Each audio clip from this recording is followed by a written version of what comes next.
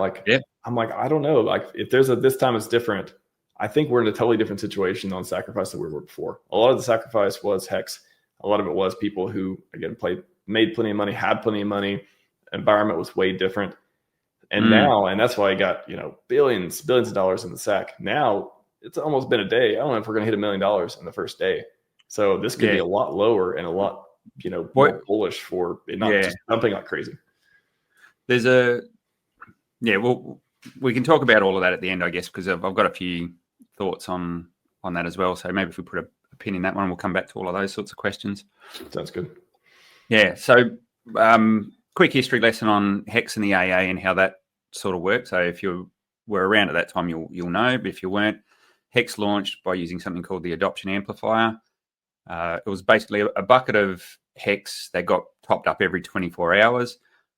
People would come along with their dollars in the form of Ethereum. They would chuck it into this bucket. And at the end of the 24 hours, it would calculate how much ETH had gone in and give you your share of the Hex that was sitting in that bucket. Then it would reset and the bucket would fill up again and the time would start again and ETH would get flow in there again. So that was all pretty good. That was a novel way of launching something before Pump.fun or Pump Tires or Uniswap, for that matter, was a thing. So this was actually very novel and it was actually a good approach. Where it got sort of sideswiped a little bit was this thing called Uniswap also launched. And with the launch of Uniswap, it made the provision of liquidity for tokens instant, whereas before you had to go get a listing on an exchange. So that removed a big barrier to coins being able to list and have liquidity instantly. Before that, that was why the ICO model existed. You had to collect all the funds and then dish out the tokens and then try and get it launched on an exchange so people could actually trade the token. Like if you couldn't get on an exchange, your ICO was worthless pretty much. So Uniswap was a game changer. But what it done during this phase, because this was conceived before that existed, it set up an arbitrage opportunity between the tokens on Uniswap and the market price they were showing and what the ratio between the ETH going in here and the Hex coming out was. So there was a differential there. And this is where if you've heard of Richard recycled all the ETH, this is the reason why that was done, was he was smoothing out that arbitrage opportunity because there were malicious actors that were taking advantage of it. And they were essentially fleecing the community of tokens that were in here, getting them at a cheaper price and selling them on the market or vice versa. So they were playing that game, it was open market, so fair game. Those people that were doing that got pretty pissed off because Richard did step in, or whoever was behind this stepped in and started getting rid of that arbitrage opportunity to make the open market fairer. So that's the reason behind why that actually happened. But effectively at the end of it, what we ended up with was a bucket of ETH. Now I'm using the figure of 10 mil worth of ETH. I don't know what it was. I can't even remember. Do you know, RH? Do you know what he ended up with at the end of it? Oh, at the end of the AA? The end of what? The amount of ETH that was. I mean, I've heard different numbers. I've heard 500,000 ETH. I've heard 1 million ETH. Yeah. But I think that doesn't take into account the ETH that was getting pushed back through to fix that ARB. So that's where there's a lot of discrepancies about, well, how much actually flowed through. So I don't actually know what this figure was. It doesn't really matter for the purposes of what I'm going to show you, but I'm unsure what that figure was. But let's just say that was our starting balance of about 10 mil in this bucket of ETH that can be used for good things, let's say. As a user, you might have contributed $1,000 total value when you purchased through the AA or brought some off market or whatever. So let's just say your total starting value was around $1,000. Now, what we've seen happen over the course of Hex was we've seen a phenomenal price increase. So the headline figure is 10,000x. Depends where you take that from on the chart and where you brought in and yada, yada. So there's a whole lot of people that were in different scenarios there. Some people didn't get that. So it just depends where you brought along this part of the chart how much you tipped in, how much your ETH was worth at the time, whole lot of variables. But let's just say for headline figures, we went up 10,000x. That was awesome. What it meant was this guy with his $1,000 has now got $10 million worth of paper value. So his net worth has gone up from $1,000 to $10 million, which is phenomenal. However, in real markets, that doesn't mean you can cash out your $10 million. It's just not the way markets work. We all know that. You're bound by how much actual underlying liquidity is sitting behind that market. And as I've said before, that's not a Hex thing. That's not a PulseChain thing.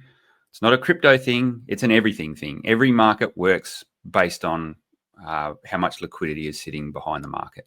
So if you're a big player in TradFi and you're trying to buy into smaller plays and things like that, you suffer that same problem. You end up being a large fish in a very small pond, and you can't literally exit.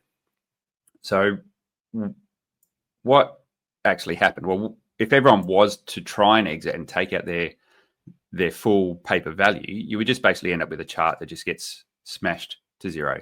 And look, we've seen that play out anyway, not just in Hex, but across the crypto space in general. Everyone's sold out and prices have come down. So that's just the nature of markets. But no one, you can't create 100 millionaires and beyond. We're seeing decamillionaires. A million. Yeah, you just can't create that many and then expect them all to cash out. So you've got to start thinking more like the wealthy do, where like Elon Musk, he's not going to be able to cash out all his funds. Everyone says he's a billionaire or a trillionaire or what he's close to now. That's paper value. And on any given day, if the price of Tesla gets smashed on the market, his paper value gets smashed as well. So it's not money in the bank. But what they do is they use that wealth that they've accrued. They don't sell the asset. They put it to work doing something else. So he probably uses it as security to do other things or get loans against it, or however you can do that and put it to work. So effectively, the way I seen last sacrifice, well, starting with the Pulse one, and I'll bundle them in together. I'll include the Pulse one and the PulseX one in together on this, and we'll just treat it as one event. They were pretty close together, but we've seen the value of these assets rise up swiftly. Then the timing for the SAC meant that, and the mechanics of the SAC, which have changed this time, was such that if you used Hex to sacrifice into here, you could actually claim it at this value, not the value if you tried to sell it all and then do it. That made sense. So you're able to transfer the dollar value that you had accrued on paper into the sacrifice, which is good. That means you get to carry that value forward. It also meant in some jurisdictions that was a tax write-off. So it was a loss event. So anything you did sell, you could offset by the amount that you had lost. So it was a very tax efficient way to do things. So it was very clever, a very wealthy person's way to do things. Now, what is important though is, well, first of all, how did the price of this chart rocket up so much? And it was a combination of obviously people got in very low. The coin started at a very low figure. I think you could argue that some of these funds down here were pushed back into the chart to support it. People see green candles, external funds flow in, push the chart up, and you just basically get this cycle where more green candles, more external funds, people that brought in down here, DCAing in more. People were just on a ride. So the chart pushed up really hard, which is great. Awesome headline figure up here. Once again, paper value. But what the sacrifice allowed to happen was to bring in external capital.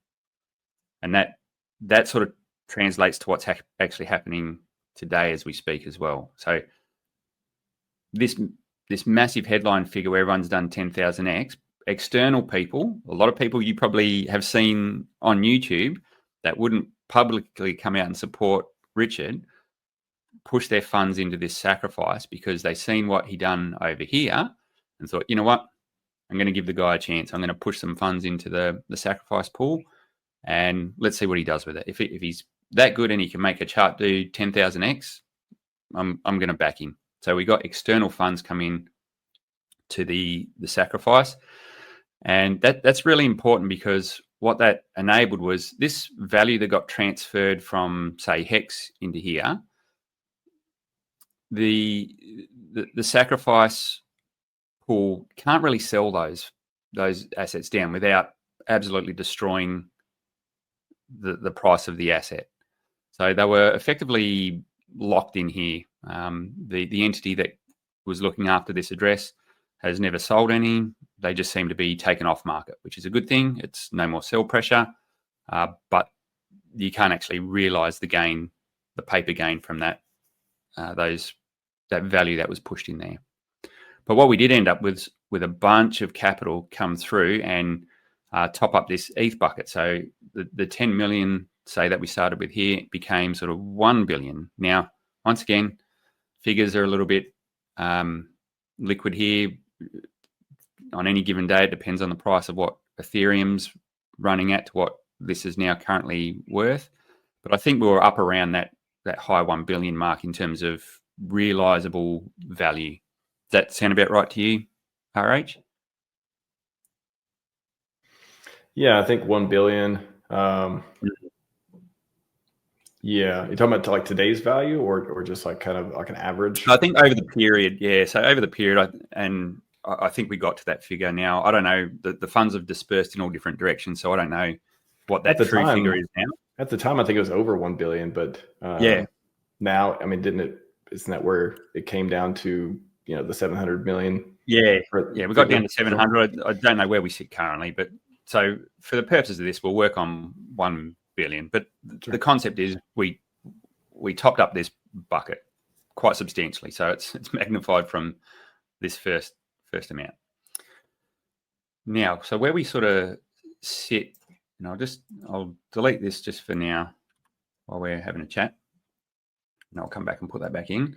So now that was cycle 1. So now as we move through to cycle 2, we're just, in my mind, we're actually just entering this phase. So that's why I had this circle over here before, was people that came in early got this run up. They got the benefit of that run up, got to transfer their value forward, and you're essentially positioning yourself for cycle 2. So you positioned yourself 2 years ago for cycle 2, and that's where we currently sit now. Is we're at this part of the market. We've been at this part of the market for a long time. We're at the bottom of the chart. It's you've set your positions here. I don't think we've seen alt season run properly. I think you can look across many other projects and see that they've never reached their all-time highs. They've been grinding sideways. Some are a lot down. Big ones as well, like Cardano and others. They just haven't performed. ETH hasn't even busted through its all-time high. Well, so, also Richard mentioned, he doesn't care about alt season. He cares about our season. Exactly. So, yeah. Exactly. Yeah. And that's where I think this ties in. Yeah. That's why this sort of works. So where are we now? So we've positioned down here. Now, some people are positioned better than others because they've been through cycle 1 and they got to ride this up, transfer the value through and park it here. Others came somewhere along any point in this chart. Maybe they just came in with fresh capital. Maybe they brought a top and they're underwater a bit. So everyone's in a different position, but we're all sort of sitting down here with whatever we've brought into this, whatever we carried forward. That's where we're sitting now. Got a massive bucket of ETH sitting behind us. We haven't seen this chart run up. It's been pretty crap. We're actually underwater, relatively speaking, to the SAC value. However, a lot of external things are happening that I think are setting the scene for something like this to happen again. Now, could be very wrong, but the actions I'm seeing tend to suggest that we're setting things up. So outbound marketing outside of crypto. All the tablets and things like that get sent out. You're getting eyeballs outside of crypto, which is important because we need to attract additional capital. You want external capital to come in. On the crypto bro side, we've seen Ethereum get tornadoed, a large amount of Ethereum get tornadoed on the ETH chain. That made people perk up and go, what? Someone's just moved, what was it, 150 odd or 170 odd thousand ETH into a tornado. That's a big chunk. Like it was noticed. We've seen tweets go out about it. So it was actually noticed. We've seen the PulseChain ETH reserve go up on the leaderboard. So it's about getting eyeballs and recognition. So you're starting to build an audience, but we haven't had any of this run up. And I keep going back to a comment that Richard made. If there's a green candle in the forest, but no one's there to see it, did it really happen? So there's no point pushing a chart up if there's no eyeballs looking in on it where you can attract these fresh investors and fresh capital into the chain. So how about you get their attention, get their eyeballs, and then you start doing something? And I think that's sort of where I feel that's where we are now, where we've primed all the pumps, we've got things going, but we haven't seen any movement on the chart. And this comes back to your comment about, I don't care about alt season, I care about our season. So if we were to sort of assume that, hey, maybe some of these funds that are sitting out here are going to be used for good things, and maybe they come into the chart a little bit and start pushing a few of these candles up, I think you'll see a couple of things happen. You'll see people that have probably been sitting on their hands and just waiting for something to happen. When they see movement, they'll find capital that they've got sitting in, tucked away in other little corners of their wallets and things like that, and start to DCA more in as green candles flow in. So we all know the FOMO gets hold of everyone, and if you're seeing things start to move, you'll want to be a part of that. But externally, you'll see people that are watching the price go up, and they might see it go up, I don't know, 2x or a 3x, and that will get a little bit of attention. Then you see it go up another 2x, and then it starts to be, okay, well, something's happening over here, and you'll see fresh funds flow in. So that's sort of where I sort of see that playing out. Now, that brings us to today, and where we are sort of now is, if we were to do that same sort of scenario, I thought maybe there might be a chance where this runs up, maybe this sacrifice run, at the time I said it could run for 12 months or something like that. And then that would give everyone a chance to roll over into the next cycle. Hopefully we attract more value coming in, which is what I think Richard's trying to do now. Build up a new bucket of, I've said bucket of ETH, but bucket of whatever it is.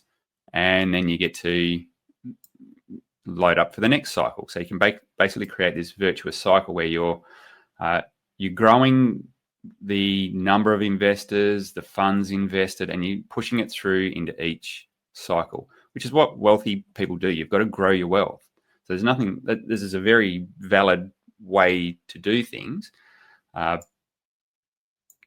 Feels a bit crap because the whole cycle's being crap at the moment, but we haven't seen this play out.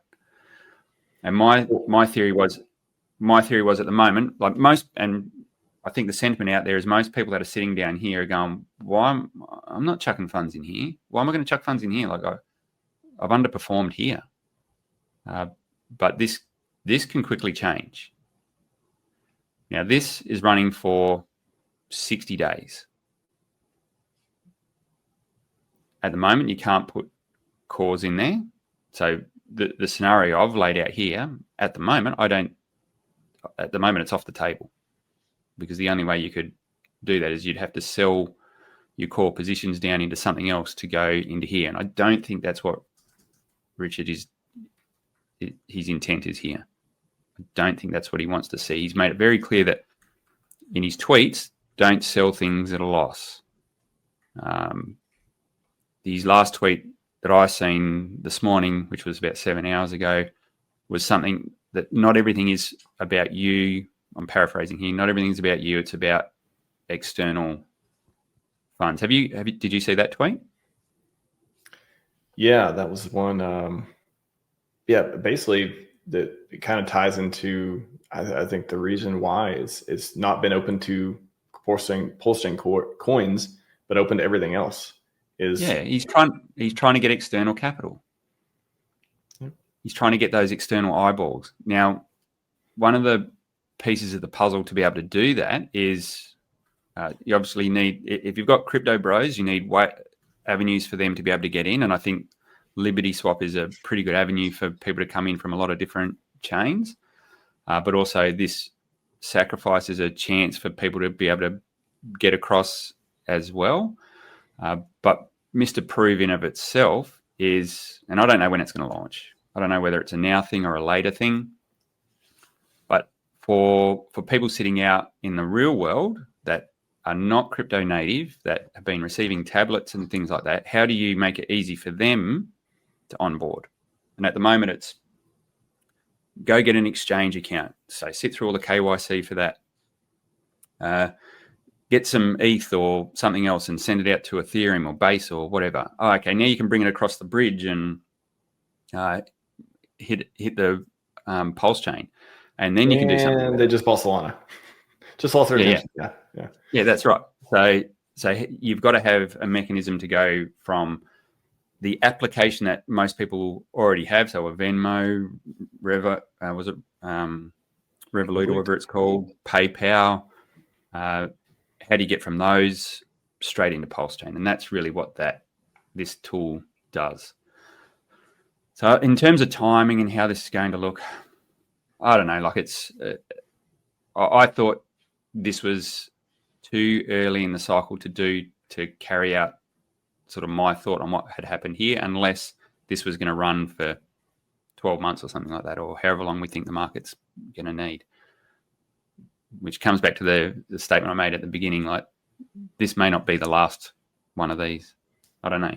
Maybe there's another time where you do something else like this towards the end. Or maybe someone thinks that the cycle is going to top soon and this is all going to happen very quickly. I don't know. I don't know. There's a lot of unknowns there. So yeah, I'm sort of, my thoughts on it are evolving as more information comes out. But I think it was really important that tweet I seen. Are you able to bring that one up from Richard?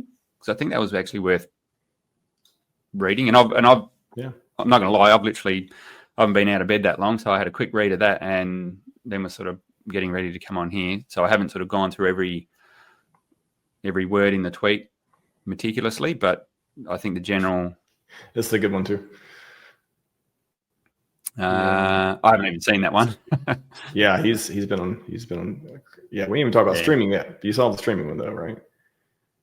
Yeah, I seen that one. Yeah, there was one from it was 7 hours ago that I seen. Probably where was it? Is it not that one? Yeah, that one. What's that? Yeah, that one for 8 hours. Funny story. Is it this one? Oh yeah, it is. Okay. So anyway, it's hard to understand it, but a lot of the time when people are doing stuff, you are not their target audience. Other people are. And appealing to those other people to bring to a better place is what allows you to have more impact in the world. So I think that's what he's trying to do, is he doesn't want you guys dumping all your bags to go into this. What he's saying is, okay, let's open up the channel so we can actually reach those other people and drag them across